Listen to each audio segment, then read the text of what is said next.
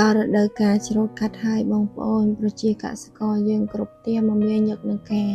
ប្រមូលផលចូលផ្ទះមើលតែសកម្មភាពបងអ្នកច្រូតទៅចុះទាញស្រូវទម្លាក់ពីម៉ាស៊ីនព្រោះតាស្រូវពេញម៉ាស៊ីនហើយសកម្មភាពដែលក្មេងៗ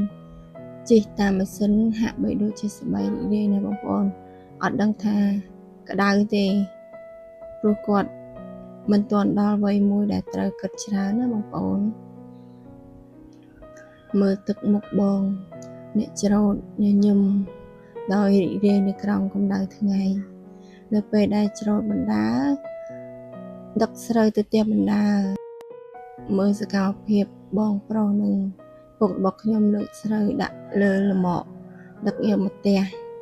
នៅពេលដែលដឹកដល់ផ្ទះបងប្អូនហត់ទាំងម្ចាស់ហត់ទាំងលម៉កហត់ទាំងម៉ូតូបាសជើងឡើងលើ